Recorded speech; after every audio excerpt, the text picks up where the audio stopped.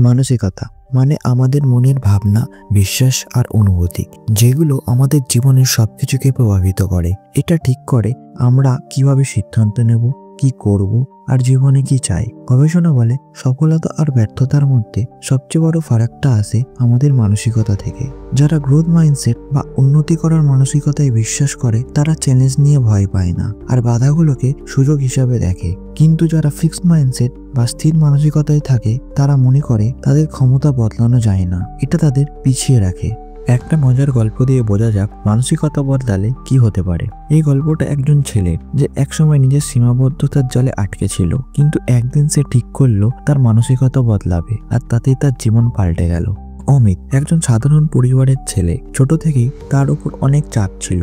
বাবা মা চাইতেন সে ভালো চাকরি পাক যাতে পরিবারের অবস্থা ভালো হয়, কিন্তু পড়াশোনায় অমিত কখনোই ভালো ছিল না। তার বন্ধুদের তুলনায় তার রেজাল্টও খারাপ হতো। সে মনে মনে ঠিক করে ফেলেছিল আমি কিছু ভালো করতে পারবো না। এই ভাবনা তাকে আটকে রেখেছিল।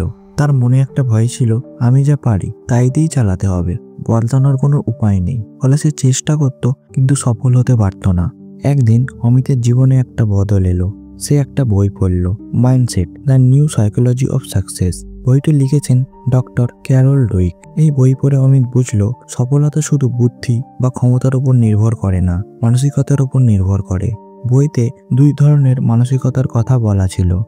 এক, ফিক্সড মাইন্ডসেট, যারা মনে করে তাদের ক্ষমতা বদলানো যায় না, তারা চ্যালেঞ্জ নিতে ভয় পায় আর হারলে হাল ছেড়ে দেয়। দুই, গ্রোথ মাইন্ডসেট, যারা বিশ্বাস করে কষ্ট করলে আর শিখলে ক্ষমতা বাড়ানো যায়, তারা হারলেও শেখার চেষ্টা করে।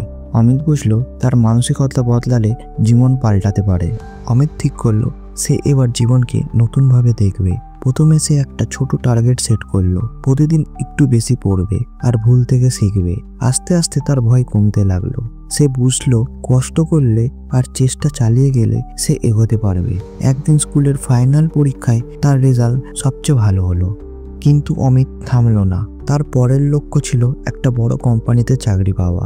সে জানতো এটা সহজ নয়, তবু তার নতুন মানসিকতা তাকে হার না মানতে শিখিয়েছিল। সে নিজের স্কিল বাড়ালো, নতুন লোকের সাথে যোগাযোগ করলো। অবশেষে সে তার স্বপ্নের চাকরি পেল। অমিতের গল্প থেকে আমরা শিখি শুধু ক্ষমতা নয়, মানসিকতাও জীবনে অনেক কিছু বদলাতে পারে। গ্রোথ মাইন্ডসেট আমাদের শেখায় যে হার মানে শেষ নয়, বরং শেখার শুরু। আমাদের দুর্বলতাকে যদি সুযোগ হিসাবে দেখি তাহলে সফলতা আসবেই। মানসিকতা হলো আমাদের মনের শক্তি। এটা ঠিক করলে জীবনের সবকিছু বদলে যেতে পারে। অমিত যেমন তার মানসিকতা বদলে সফল হলো, আমরাও পারি।